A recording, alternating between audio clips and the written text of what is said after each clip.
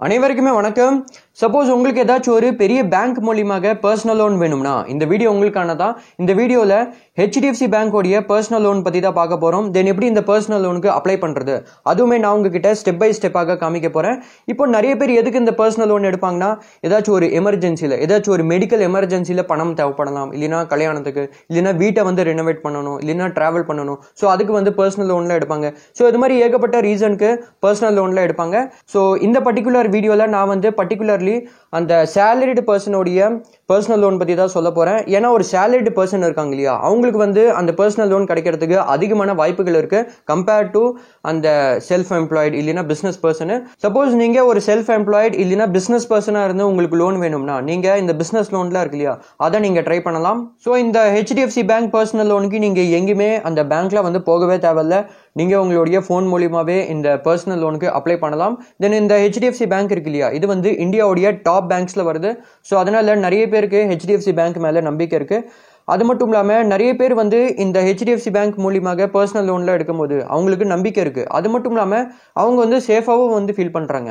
ஏன் அப்படி சொல்கிறேன்னா, ஏன்னா நிறைய பேர் என்னன்னா இந்த தேவையில்லாத அப்ளிகேஷன் மூலியமாக பர்சனல் லோனில் எடுப்பாங்க. அது எந்த அளவுக்கு சேஃபு அது வந்து தெரியாது. அது மட்டும் இல்லாமல் அவங்களுடைய அந்த ரேட் ஆஃப் இன்ட்ரெஸ்ட் இருக்கு இல்லையா, அதுவுமே வந்து ரொம்பவே அதிகமாக இருக்கும். இதே நீங்கள் ஹெச்டிஎஃப்சி பேங்க் மூலியமாக பர்சனல் லோனில் எடுக்கும்போது இவங்களுடைய ரேட் ஆஃப் இன்ட்ரெஸ்ட் வந்து ஓரளவுக்கு வந்து கம்மியாக இருக்கும் கம்பேர்ட் டு அந்த தேவையில்லாத அப்ளிகேஷன். ஸோ பேங்க் பொறுத்த வரைக்கும் என்னன்னா அவங்க வந்து லோன் தரணும்னு தான் நினைப்பாங்க. ஏன்னா அவங்களுக்கு அது மூலியமாக வருமானம் கிடைக்குது. ஸோ அதனால இந்த லோன் பொறுத்த வரைக்கும் என்னன்னா, சப்போஸ் ஒரு பேங்க் வந்து ஒரு பர்சனுக்கு லோன் தரதுக்கு முன்னாடி அந்த பர்சன் வந்து அந்த லோனை வந்து வட்டியோட சேர்த்து கட்டிடுவாங்களா அது வந்து பார்ப்பாங்க. ஸோ அதுக்கு வந்து அந்த கிரெடிட் ஸ்கோரு, கிரெடிட் ஹிஸ்ட்ரி அதெல்லாம் வந்து பார்ப்பாங்க. அது மட்டும் இல்லாமல் அந்த பர்சனுக்கு வருமானம் இருக்கா இல்லையா அது வந்து பார்ப்பாங்க. ஸோ அதுக்கு வந்து அந்த சேலரி ஸ்லிப்பு இல்லைனா ஐடிஆர்லாம் வந்து கேட்கலாம். ஸோ அது வந்து கேட்கறது கேட்காதது அது வந்து அந்த பேங்க் பொறுத்து தான் இருக்குது. ஏன்னா அந்த வருமானம் இருந்தால் தான் அந்த பர்சன் வந்து அந்த லோனை வந்து ரீபே பண்ண முடியும். ஸோ அதுக்கு தான் அந்த இன்கம்லாம் பார்ப்பாங்க. ஸோ இப்போ இந்த ஹெச்டிஎஃப்சி பேங்கோடைய பர்சனல் லோன் பொறுத்த வரைக்கும் என்னன்னா, இதில் 40 லட்சம் வரைக்கும் லோன் கிடைக்கலாம். தென் உங்களுடைய இந்த லோன் வந்து அப்ரூவ் ஆகாதது அது வந்து உங்களுடைய அந்த லோன் எலிஜிபிலிட்டி மற்றும் லோன் அப்ளிகேஷன் பொறுத்து தான் இருக்கு.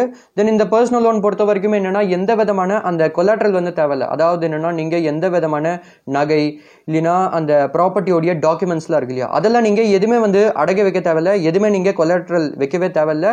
உங்களுக்கு எவ்வளோ அமௌண்ட்டுக்கு லோன் வந்து வேணுமோ அது வந்து நீங்களே முடிவு பண்ணிக்கலாம். அதுக்கப்புறமாக அந்த லோனை வந்து ரீபே பண்ணணும் இல்லையா, ஸோ அந்த லோனை ரீபே பண்றதுக்கு அந்த டென்யூர் அந்த டைம் பீரியட் கூட நீங்களே வந்து செலக்ட் பண்ணிக்கலாம். அடுத்ததாக இந்த பர்சனல் லோனுடைய ரேட் ஆஃப் இன்ட்ரெஸ்ட் மற்றும் சார்ஜஸ் பற்றி சொல்ல போனோம்னா, இப்போ ஃபர்ஸ்ட் ரேட் ஆஃப் இன்ட்ரெஸ்ட் பற்றி சொல்ல போனோம்னா அது வந்து 10.9% 24% வரைக்கும் போகலாம். உங்களுக்கு எவ்வளோ ரேட் ஆஃப் இன்ட்ரெஸ்ட்ல இந்த பர்சனல் லோன் வந்து தராங்க அது நீங்க இந்த லோனுக்கு அப்ளை பண்ணும்போதே அது வந்து உங்களுக்கு காமிக்கும். அதுக்கப்புறமாக இவங்க அந்த லோன் ப்ராசஸிங் சார்ஜஸ் வந்து சார்ஜ் பண்ணுவாங்க. ஸோ அது வந்து அப் டு 6500 வரைக்கும் இருக்கலாம். பிளஸ் ஜிஎஸ்டியுமே இருக்கு, தென் ஸ்டாம்ப் டியூட்டியுமே இருக்கு. அது வந்து as per applicable state laws. அடுத்ததாக இந்த பர்சனல் லோனுடைய எலிஜிபிலிட்டி கிரைட்டீரியா பத்தி பார்க்கலாம். இதுல ஏஜ் கிரைட்டீரியா பத்தி சொல்ல போனோம்னா உங்களுடைய ஏஜ் வந்து 21 to 60 இருக்கணும். தென் எம்ப்ளாய்மெண்ட் டைப் பத்தி சொல்ல போனோம்னா இந்த பர்சனல் லோனுக்கு நீங்க ஒரு சேலரிடு பர்சனா இருக்கணும். அதாவது என்னன்னா, ஏதாச்சும் ஒரு பிரைவேட் லிமிடெட் கம்பெனில எம்ப்ளாயா இருக்கணும், இல்லைன்னா அந்த பப்ளிக் செக்டர் அண்டர்டேக்கிங் இருக்கு இல்லையா, அதாவது என்னன்னா பிஎஸ்யூ கவர்மெண்ட்ல நீங்க எம்ப்ளாயா இருக்கணும். தென் ஒர்க் எக்ஸ்பீரியன்ஸ் பத்தி சொல்ல போனோம்னா மினிமம் 2 வருஷம் உங்ககிட்ட டோட்டல் ஒர்க் எக்ஸ்பீரியன்ஸ் இருக்கணும். அதில் ஒரு வருஷம் நீங்கள் இப்போ கரண்டாக வேலை பார்க்குற கம்பெனியில் வேலை செஞ்சுருக்கணும்.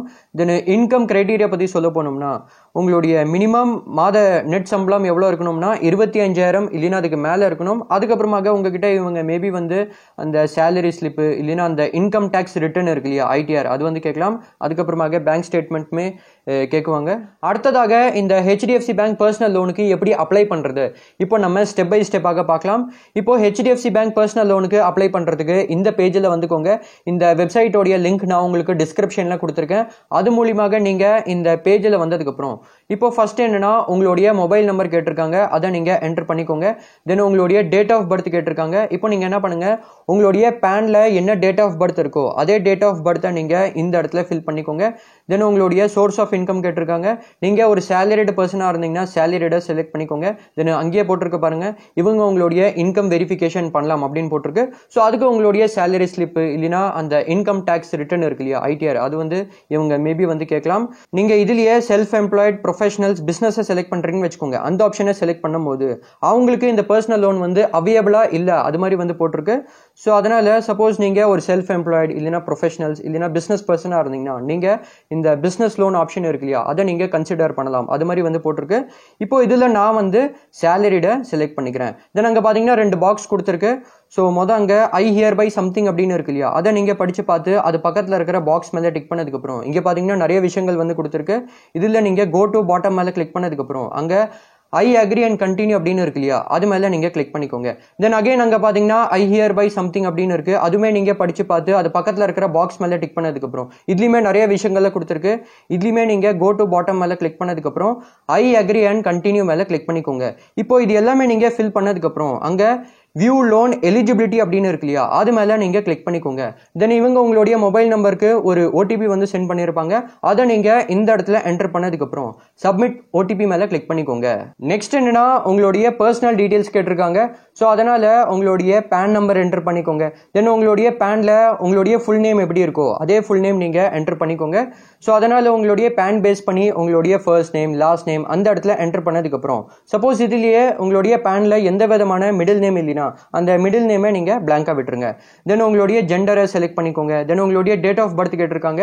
இப்போ உங்களுடைய பேனில் என்ன டேட் ஆஃப் பர்த் இருக்கோ அதே டேட் ஆஃப் பர்த்தை இந்த இடத்துல என்டர் பண்ணிக்கோங்க. தென் உங்களுடைய பர்சனல் இமெயில் அட்ரஸ் என்டர் பண்ணிக்கோங்க. தென் டைப் ஆஃப் லோன் வந்து கேட்டிருக்காங்க. இப்போ இதில் என்னன்னா நீங்கள் புதுசாக தான் வந்து ஒரு பர்சனல் லோன் எடுக்க போறீங்க. ஸோ அதனால ஃப்ரெஷ் லோனை நீங்கள் செலக்ட் பண்ணிக்கோங்க. தென் உங்களுடைய கரண்ட் ரெசிடென்ஷியல் அட்ரஸ் கேட்டிருக்காங்க. அதாவது என்னன்னா இப்போ நீங்கள் கரண்டாக எந்த அட்ரஸ்ல இருக்கீங்க அதை வந்து கேட்டிருக்காங்க. ஸோ அதனால இப்போ நீங்கள் ஃபில் பண்ண போகிற அட்ரஸ் தான் உங்களுடைய கம்யூனிகேஷன் அட்ரஸாக இருக்க போகுது. அதாவது என்னன்னா பேங்க் சப்போஸ் உங்களை கம்யூனிகேட் பண்ணணும்னா நீங்கள் இப்போ ஃபில் பண்ண போகிற அட்ரஸில் தான் கம்யூனிகேட் பண்ணுவாங்க. ஸோ அதனால் இப்போ நீங்கள் கரண்ட்டாக எந்த அட்ரஸில் இருக்கீங்களோ அந்த அட்ரஸை நீங்கள் இந்த இடத்துல ஃபில் பண்ணிக்கோங்க.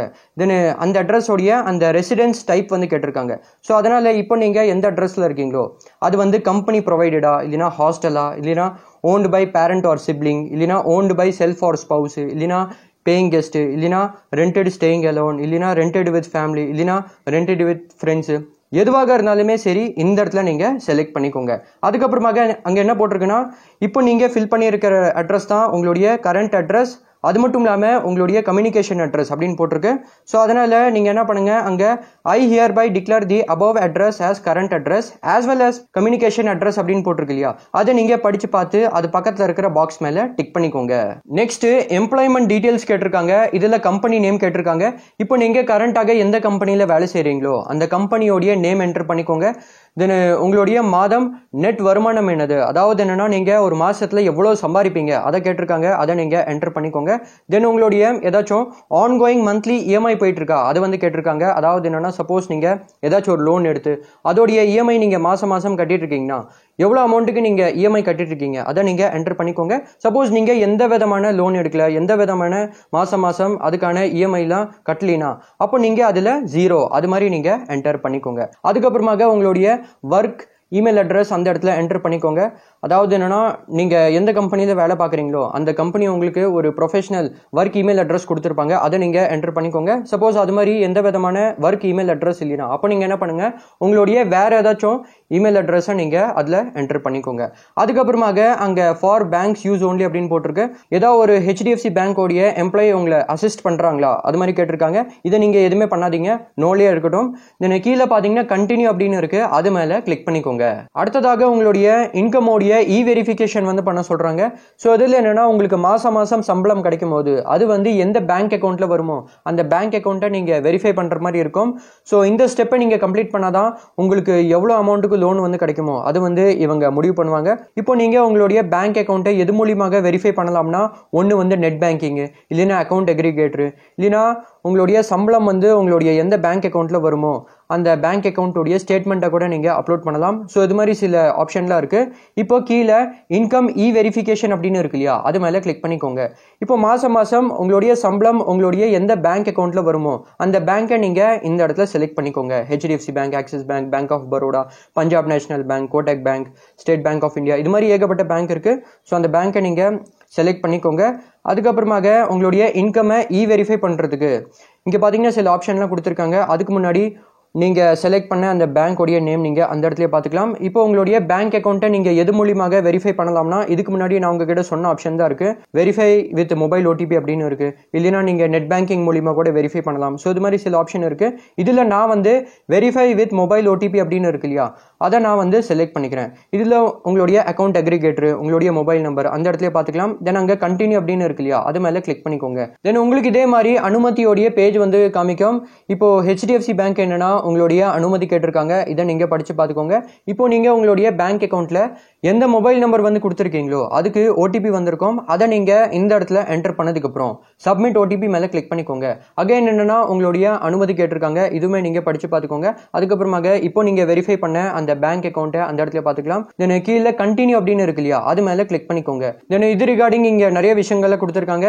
இது எல்லாமே நீங்கள் நல்லா படித்து பார்த்துக்கோங்க. தென் கீழே அப்ரூவ் கன்சென்ட் அப்படின்னு இருக்கு இல்லையா, அது மேலே கிளிக் பண்ணிக்கோங்க.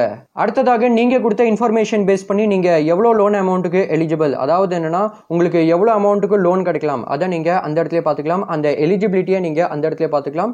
ஸோ அந்த லோன் அமௌண்ட்டில் உங்களுக்கு எவ்வளோ அமௌண்ட்டுக்கு லோன் வேணுமோ அதை நீங்கள் என்டர் பண்ணிக்கோங்க. உங்களுக்கு எவ்வளோ அமௌண்ட்டுக்கு லோன் தேவைப்படுதோ அவ்வளோ அமௌண்ட்டுக்கு மட்டுமே நீங்கள் லோன் எடுங்க. அதிகமான அமௌண்ட்டுக்கும் நீங்கள் லோன் எடுக்காதீங்க. ஏன்னா நீங்கள் அதிகமான இஎம்ஐ வந்து கட்டுற மாதிரி இருக்கும். அது மட்டும் இல்லாமல் அதில் அதிகமான வட்டியுமே நீங்கள் கட்டுற மாதிரி இருக்கும். ஸோ அதனால் என்னுடைய சஜஷன் என்னென்னா, உங்களுக்கு எவ்வளோ அமௌண்ட்டுக்கு லோன் தேவைப்படுதோ அவ்வளோ அமௌண்ட்டுக்கு மட்டுமே நீங்கள் லோன் எடுங்க. அவ்வளோ ரெக்வயர்மெண்ட்டுக்கு மட்டுமே நீங்கள் லோன் எடுங்க. அதுக்கப்புறமாக டென்யூர் வந்து செலக்ட் பண்ண சொல்கிறாங்க.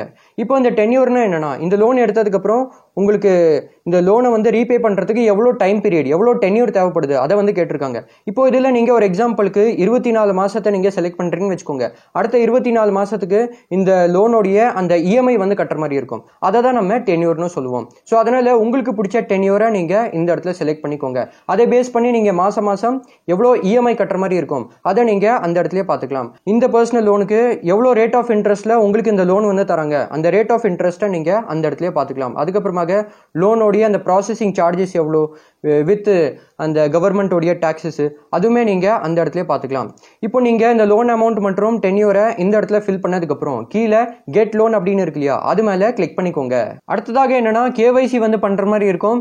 இப்போ இந்த கேவைசி பண்ணாதான் அந்த லோன் வந்து கிடைக்கும், இல்லைன்னா கிடைக்காது. இப்போ HDFC பேங்க் பொறுத்த வரைக்கும் என்னன்னா இவங்க வந்து 2 விதமாக வந்து கேவைசி பண்ணுறாங்க. ஒன்று வந்து வீடியோ கேவைசி மூலிமா கேவைசி பண்ணுறாங்க. ரெண்டாவது என்னன்னா ஃபிசிக்கல் கேவைசி வெரிஃபிகேஷன் கூட பண்ணுவாங்க. ஸோ உங்களுக்கு எப்படி வந்து கேவைசி பண்ணுறாங்க அது வந்து HDFC பேங்க் பொறுத்து தான் இருக்குது. இப்போது இந்த கேவைசி பண்ணுறதுக்கு முன்னாடி உங்களுக்கு இந்த கேவைசியை எந்த லாங்குவேஜில் பண்ணணும் அந்த ப்ரிஃபர்ட் லாங்குவேஜை செலக்ட் பண்ணிக்கோங்க. தமிழா இல்லைனா இங்கிலீஷா எதுவாக இருந்தாலுமே சரி நீங்கள் செலக்ட் பண்ணிக்கோங்க. அதுக்கப்புறமாக இந்த கேவைசிலே என்னென்னா உங்களுடைய ஆதாரை இவங்க வெரிஃபை பண்ணுவாங்க. ஸோ அது வந்து அங்கேயே போட்டிருக்கு. தென் அங்கே பார்த்தீங்கன்னா 2 பாக்ஸ் இருக்குது. I hereby give my consent something அப்படின்னு இருக்கு இல்லையா, அதை நீங்கள் படித்து பார்த்து அது பக்கத்தில் இருக்கிற பாக்ஸ் மேலே டிக் பண்ணிக்கோங்க. தென் அங்கே ஐ அக்ரி அப்படின்னு இருக்கு இல்லையா, அதுவுமே நீங்கள் படித்து பார்த்து அது பக்கத்தில் இருக்கிற பாக்ஸ் மேலே டிக் பண்ணதுக்கப்புறம் நெக்ஸ்ட்டு ஆதார் மூலியமாக வெரிஃபை பண்ண சொல்கிறாங்க. ஸோ அதனால் உங்களுடைய ஆதார் நம்பர் கேட்டிருக்காங்க. அதை நீங்கள் இந்த இடத்துல என்டர் பண்ணதுக்கப்புறம் கெட் ஓடிபி மேலே கிளிக் பண்ணிக்கோங்க.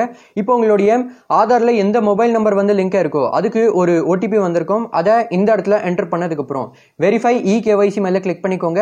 இப்போ உங்களுடைய ஆதாரில் என்ன அட்ரஸ் இருக்கோ அதே அட்ரஸ் தான் உங்களுக்கு அந்த இடத்துல காமிக்கும். தென் அடுத்ததாக என்னன்னா உங்களுடைய ஆஃபீஸ் அட்ரஸ் கேட்டிருக்காங்க. ஸோ இப்போ நீங்கள் கரண்ட்டாக எந்த ஆஃபீஸில் வேலை செய்கிறீங்களோ இல்லைன்னா நீங்கள் எந்த இடத்துல வேலை செய்கிறீங்களோ அந்த ஆஃபீஸோடைய அட்ரஸை இந்த இடத்துல நீங்கள் ஃபில் பண்ணிக்கோங்க. தென் கீழே கண்டினியூ அப்படின்னு இருக்குது, அது மேலே கிளிக் பண்ணிக்கோங்க. நெக்ஸ்ட்டு அந்த லோன் பணம் இருக்கு இல்லையா, அது வந்து உங்களுடைய எந்த பேங்க் அக்கௌண்ட்டில் உங்களுக்கு பெறணும் அது வந்து கேட்டிருக்காங்க. ஸோ அதனால் அந்த பேங்க் அக்கௌண்ட்டோடைய IFSC கோடு, பேங்க் அக்கௌண்ட் நம்பர் அந்த இடத்துல நீங்கள் என்டர் அதுக்கப்புறமாக உங்களுக்கு தெரிஞ்ச ஏதாச்சும் ஒரு பர்சனை ஆஸ் அ ரெஃபரன்ஸாக ஆட் பண்ண சொல்கிறாங்க. அது வந்து உங்களுடைய பிரதராக இருக்கலாம் இல்லைனா சிஸ்டராக இருக்கலாம். ஸோ அதனால் உங்களுக்கு தெரிஞ்ச எந்த பர்சனை உங்களுக்கு ஆஸ் அ ரெஃபரன்ஸாக ஆட் பண்ணணுமோ அவங்களுடைய நேமு, கான்டாக்ட் நம்பர் அந்த இடத்துல என்டர் பண்ணதுக்கப்புறம் ப்ரொசீட் அப்படின்னு இருக்குது, அது மேலே கிளிக் பண்ணிக்கோங்க. நெக்ஸ்ட் என்னன்னா லோன் அப்ளிகேஷன் சக்ஸஸ்ஃபுல் அது மாதிரி வந்து காமிக்கும். இப்போ உங்களுடைய இந்த பர்சனல் லோனுக்கான அப்ளிகேஷன் இருக்கு இல்லையா, இது வந்து சப்மிட் ஆயிடுச்சு. அடுத்ததாக என்னன்னா HDFC பேங்க்ல இருந்து இவங்களுடைய ஸ்டாஃப் இல்லைனா எம்ப்ளாயி உங்களை கான்டாக்ட் பண்ணுவாங்க. தென் அவங்க உங்களை அந்த மேண்டேட் வந்து செட் பண்ண சொல்லுவாங்க. இப்போ இந்த மேண்டேட்னு என்னன்னா, இப்போ ஒரு எக்ஸாம்பிளுக்கு நீங்கள் ஒரு பேங்க் மூலியமாக லோன் எடுக்கிறீங்கன்னு வச்சுக்கோங்க. இப்போ அந்த லோனை வந்து ரீபே பண்ணுற மாதிரி இருக்கும். ஸோ அதனால மாசம் மாசம் அந்த லோனுக்கான இஎம்ஐ வந்து கட்டுற மாதிரி இருக்கும். இப்போ நீங்க உங்களுடைய பேங்க் அக்கௌண்ட்ல அந்த இ-மேண்டேட் செட் பண்ணதுக்கு அப்புறம் மாசம் மாசம் அந்த இஎம்ஐ வந்து கட்டுற மாதிரி இருக்கும் இல்லையா? ஸோ அந்த இஎம்ஐ இருக்கு இல்லையா, அது வந்து மாசம் மாசம் உங்களுடைய பேங்க் அக்கௌண்ட்ல இருந்து டெபிட் ஆகி இவங்களுடைய பேங்க் அக்கௌண்ட்டுக்கு போயிடும். இது மாதிரி என்னன்னா மாசம் மாசம் அந்த லோனுக்கான அந்த இஎம்ஐ வந்து கட்டிட்டே இருக்கலாம், அந்த லோனை வந்து ரீபே பண்ணிட்டே இருக்கலாம். இது வந்து தானாவே நடக்கும், நீங்க மேனுவலா போயிட்டு எதுவுமே வந்து பண்ண தேவையில்ல. ஸோ இதுலயே இந்த இ-மேண்டேட் ரிலேட்டட் உங்களுக்கு ஏதாச்சும் டவுட் இருந்துச்சுன்னா அவங்க கிட்ட நீங்க தாராளமாக கேட்கலாம், அவங்க வந்து கைட் பண்ணுவாங்க. அது மட்டும் இல்லாம அவங்க இ-சைன் வந்து பண்ண சொல்லுவாங்க. தென் சப்போஸ் உங்களுடைய கேஒய்சில ஏதாச்சும் இஷ்யூ இருந்துச்சுன்னா இவங்க வந்து பிசிக்கல் கேஒய்சி வெரிஃபிகேஷன் பண்ணாலும் பண்ணுவாங்க. அது வந்து ஹெச்டிஎஃப்சி பேங்க் பொறுத்து தான் இருக்கு. தென் சப்போஸ் நீங்க ஹெச்டிஎஃப்சி பேங்கோடைய கஸ்டமர் இல்லைனா, தென் உங்களுடைய கிரெடிட் ஸ்கோர் அந்த அளவுக்கு வந்து நல்லா இல்லைனா, தென் உங்ககிட்ட இவங்க சேலரி ஸ்லிப் இல்லைனா அந்த இன்கம் டேக்ஸ் ரிட்டர்ன் இருக்கு இல்லையா, அது வந்து கேட்டால் வந்து கேட்கலாம். ஸோ அது வந்து ஹெச்டிஎஃப்சி பேங்க் பொறுத்து தான் இருக்கு. சப்போஸ் நீங்க ஆல்ரெடி ஹெச்டிஎஃப்சி பேங்கோடைய கஸ்டமரா இருக்கீங்க, உங்களுடைய அந்த கிரெடிட் ஸ்கோர் வந்து நல்லா இருக்குன்னா, அதாவது என்னன்னா அந்த சிபில் ஸ்கோர் இருக்கு இல்லையா, அது வந்து 720க்கு மேல இருக்குன்னா, தென் உங்ககிட்ட இந்த சேலரி ஸ்லிப்பு அந்த இன்கம் டேக்ஸ் ரிட்டர்ன் இருக்கு இல்லையா, அது வந்து கேட்க மாட்டாங்கன்னு நினைக்கிறேன். ஸோ அதுவுமே பார்த்தீங்கன்னா ஹெச்டிஎஃப்சி பேங்க் பொறுத்து தான் இருக்கு. தென் இதுலேயே உங்களுக்கு இந்த இ-சைன் ரிலேட்டடு இல்லைனா கேஒய்சி ரிலேட்டடு இல்லைனா உங்களுக்கு இந்த பர்சனல் லோன் ரிலேட்டட் இன்னுமே உங்களுக்கு டவுட் இருந்துச்சுன்னா அவங்க கிட்ட நீங்க தாராளமாக கேட்கலாம், அவங்க உங்களுக்கு கைட் பண்ணுவாங்க. ஸோ இது மாதிரி தான் நீங்க ஹெச்டிஎஃப்சி பேங்க் மூலியமாக பர்சனல் லோன் எடுக்கலாம். எப்படி இதுக்கு அப்ளை பண்றது அதை நான் உங்களுக்கு காமிச்சிருக்கேன். இப்போ இந்த ஹெச்டிஎஃப்சி பேங்கோடைய பர்சனல் லோன் பத்தி நீங்க என்ன நினைக்கிறீங்க அதை நீங்க கமெண்ட்ல சொல்லுங்க. தென் சப்போஸ் உங்களுக்கு இந்த டாபிக்ல ஏதாச்சும் டவுட் இருந்துச்சுன்னா அதை நீங்க கமெண்ட்ல கேளுங்க. உங்களுக்கு இந்த வீடியோ பிடிச்சிருக்குன்னா லைக் பண்ணி இந்த சேனலை சப்ஸ்கிரைப் பண்ணிக்கோங்க. அடுத்ததாக இந்த ஹெச்டிஎஃப்சி பேங்கோடைய கிரெடிட் கார்டுக்கு எப்படி அப்ளை பண்றது அது உங்களுக்கு தெரிஞ்சுக்கணும்னா இந்த வீடியோல சொல்லியிருக்கேன், வேணும்னா நீங்க பாத்துக்கோங்க. நான் உங்களை நெக்ஸ்ட் வீடியோல பார்க்குறேன். தேங்க்யூ ஃபார் வாட்சிங் திஸ் வீடியோ.